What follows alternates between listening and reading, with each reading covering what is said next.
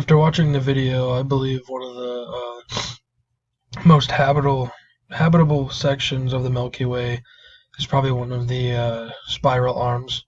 I believe this because uh, um, mostly because of where Earth lies in one of the spiral arms.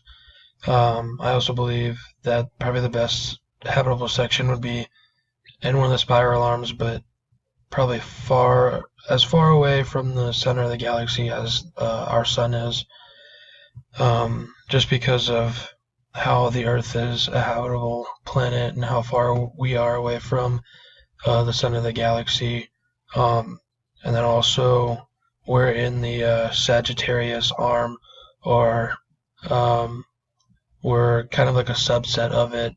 We kind of branch off um, after the arm starts from the middle, but um, I do believe that the best habitable section would either be in one of those arms, far away from the middle as our sun is, or around our sun in the Sagittarius arm.